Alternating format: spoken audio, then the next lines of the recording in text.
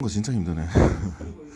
개발해 나갈 수 있도록 가야 된다는 건데, 사실 그래가지고 나왔던 말이, 일본이 우리나라랑 무역 분쟁 터지면서 불화수소를 우리가 수입해 오는 데 있어가지고 규제가 걸림에 따라가지고 우리 국내 소부장 사업이 좀 크게 시작했다, 그런 이야기도 있긴 했는데, 근데 중요한 게 기술이랑 고부 가치 창출해내는 거랑 뭐 이런 거 저런 거 양산형에서 우리가 기존에 가지고 있던 강점 많이 찍어낸다, 이거를 포기하고서 그쪽으로 갈 수는 없는 거잖아요.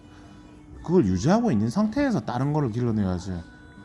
이를테면 우리가 중국 상대로 양산형 저가 제조품을 많이 찍어내는 걸로는 이기기 힘들다는 것처럼, 마찬가지로 일본이 이미 쥐고 있는 기술적인 진보를 가지고 있는 소부장 사업을 우리가 이기기는 힘들어요. 또 이미 쟤들은 한참 앞서 있고 우리는 그런 쪽의 시장이 한참 작으니까. 이를테면 우리가 불화수소를 만들어내기 시작해가지고, 그때 러시아도 우리한테 판이 많이 했었는데, 팀장님이 이야기하셨던 것처럼 불화수소의 순도가 진짜 99.99999%까지 막 가야지. 그래, 삼성 디스플레이 제조품들에서 불량품이 안 나오는 건데, 러시아제는 99.9999까지는 안 가고 99.91%까지만 간다든지 이런 식이니까, 그걸 사용해서 승부해서는 우리나라 삼성의 디스플레이 산업이 세계 1등급 명품 기술력이라고 이야기하는, 홍보하는 능력이 안 되는 거예요. 불량품이 찍혀 나오니까. 그거는 막을 수가 없었던 거지. 그러니까 그런 부분들은 일본이랑 계속 같이 연계를 하되, 다시 말하다 끊겼지만, 우리가 불화수소를 만들어낸다고 해가지고 러시아에 팔아먹을 수 있거나 중국에 팔아먹을 수 있거나 일본에 팔아먹을 수 있는 입장이 아니거든요.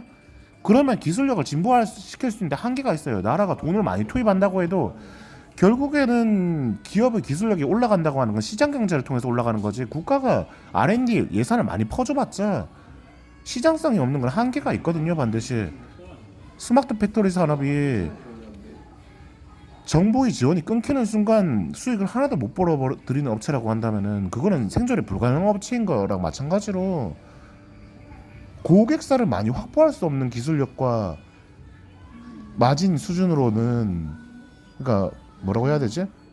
판매 부가가치 수준으로는 결국에는 기업이 생존을 못합니다. 대기업이 갖다 바치는 세금에 빨대를 꽂아가지고 생존하는 기업은요, 절대로 생존을 못해요. 결국엔 다 도태되게 돼 있어.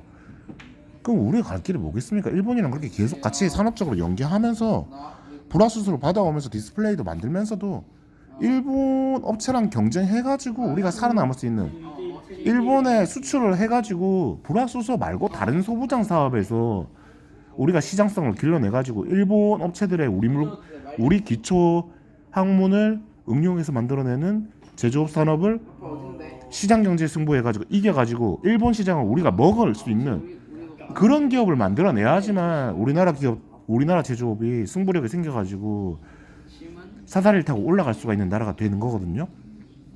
그래 치면은 일본도 마찬가지로 자기네 소규모 기업, 중규모 기업, 중견 소부장 기업이 망하니까 우리한테 관세 막 퍼부어버리고 우리랑 승부 안 하고 우리 거 안 받아주는 거 아니냐, 이런 말도 할 수 있겠지만, 말했죠. 삼성이 일본 불화수소 기업에서 물건을 받아오고 있다고. 우리 거에 관세를 때리면 지들도 관세를 쳐맞으면서 똑같이 멸망해요. 시장이 짜그라들고. 일본은 우리 시장을 같이 먹음을 통해 가지고 자기들이 가격 경쟁력이랑 기술 우위를 더 확보할 수 있는 자본력을 확보함을 통해 가지고 우리 이외에 세계적인 경쟁력을 확보할 수 있는 기업들이 몇 개가 있다고 한다면은, 우리를 통해 가지고 걔들이 그런 기업 경쟁력을 확보했으니까 마찬가지로 우리 거도 못 맡게 돼. 우리 거를 관세 때리고 막 자유시장 경제를 방해하고 이러는 순간 자기들도 똑같이 쳐맞을 거 알게 되거든. 상호 의존이라고 하는 건 그런 겁니다. 그런 식의 전략 없이는 제조업 경제를 전략적으로 운영해가지고 중국 사람들을 이길 수가 없어요. 말했듯이 규모가 딸리기 때문에, 일본이나 우리나 똑같이 중국한테는 규모가 딸리기 때문에 안 돼요. 그게 트럼프 상대로도 관세 협상을 한다고 한다면 이런 식으로 협상을 해야 됩니다. 정치 지도자가 바보같이 미국 관세 때릴 것 같으면 우리 중국 친중하려한다, 이딴 식으로 저 새끼들이 채찍 휘두르려고 한다고 우리도 채찍 휘두르면 결국에 경제 전쟁밖에 남는 게 없고, 결국에 중국은 우리랑 경쟁자이기 때문에 절대로 우리가 중국 못 이겨요.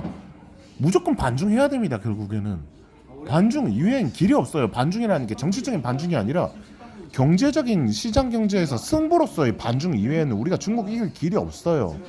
근데 우리 규모가 딸리기 때문에 결국엔 미국, 일본, 우리나라가 같이 셋이서 붙어 먹어가지고 제조업을 중국 상대로 승리할 수 있게 셋이서 시장 카르텔을 형성해가지고 규모를 많이 키우는 것 방법 이해는 없거든요. 유럽도 마찬가지지. 어떻게든 외교적으로 그물망 같이 막 엮여가지고 우리가 중국산 저가 물품에 계속 이런 식으로 당할 수가 없다고. 예시당초 중국도 당하고 유럽도 당하고 있잖아요. 독일이 지금 왜 힘든데? 중국 시장 꿀 잘 빨고 있었지만 지금은 이제 뭐 중국이 지들끼리 전기차 팔아먹으면서 벤츠 우리 더 이상 벤츠 거 쓸 이유 없고 BMW 거 쓸 이유 없다 이런 식으로 가버리니까 우리가 쌍용 기술 다 털린 것처럼 전 세계가 중국한테 당하고 있는데, 이거는 사실 외교적으로 경제를 되게 잘 알고 있는 고위 정치인들이 모여가지고 논의를 잘하면은 공감대를 형성할 수밖에 없는 부분이거든요. 정치질 이야기 항상 하죠. 그 외향적인 애들이 잘하는 거, 이거 사실 진짜 필요한 부분 중 하나입니다. 이재명한테 기대할 거라고는 그런 이간질을 잘하는 놈이다 이거밖에 없는데, 문제가 친중이고 친북이죠. 얘 데리고서는 우리가 이길 수가 없고, 정치인들 중에 다른 정치인들 중에 조금 친미, 반중, 반북, 친일 하면서 유럽이랑 이런저런 나라들을 한꺼번에 줄타기 외교 잘해가지고 비스마르크가 프랑스를 외교적으로 고립시킨 상태에서 싸웠기 때문에 독일 제국을 성립한 거랑 마찬가지로 프로이센에서 독일 제국으로 바뀌었습니다. 비스마르크 때. 그런 것처럼 외교수를 귀신같이 잘할 수 있는 그런 정치적인 이간질을 잘할 수 있는 사람을, 큰 그림을 보고 살 수 있는 사람을 어떻게든 정부 고위 관료층으로 잘 끌어올려가지고, 난 솔직히 이준석밖에 없다고 생각을 해. 근데 얘는 연륜이 딸리지. 한 10년 더 묵혀가지고 익을 때까지 내버려 둬야 돼요. 얘는 좀 구르면서. 근데 그런 사람이 올라가려고 하면 결국에 정치적인 토양의 수준이 좀 높아져 있어야겠죠. 국민 수준이 떨어지면 절대 그런 사람 못 올라옵니다. 달콤한 사탕 던져주는 놈 이외에는 아무도 안 뽑아주거든, 국민들이. 그러면 안 돼요. 그래야 비스마르크가 한 말이 이겁니다. 민주주의가 시대의 대세이고 백성들이 좋아하는 거니까 선택해야 되는 건 맞긴 한데, 솔직히 이거 좋은 건 아니라고. 실제 그런 식으로 말했어요. 이 사람은. 비스마르크에 대해서 좀 공부해 보십시오. 이 사람이 프로이센을 독일 제국을 만든 사람이라고.